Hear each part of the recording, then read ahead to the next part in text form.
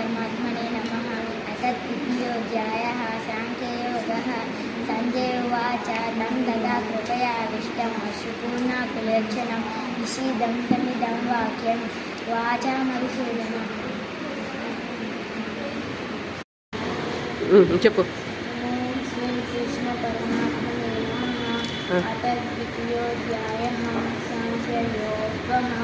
సంజయ ఉవాచ తం తథా కృపయావిష్టम् అశ్రుపూర్ణకులేక్షణం విషీదం తమిదం వాక్యం వాచా మధుసూదనः. శ్రీభగవానువాచ సుతస్త్వం తత్స్మలమిదం విషమే సముపస్థితం అనార్యదృష్టమస్వర్యం అకీర్తికరమర్జున.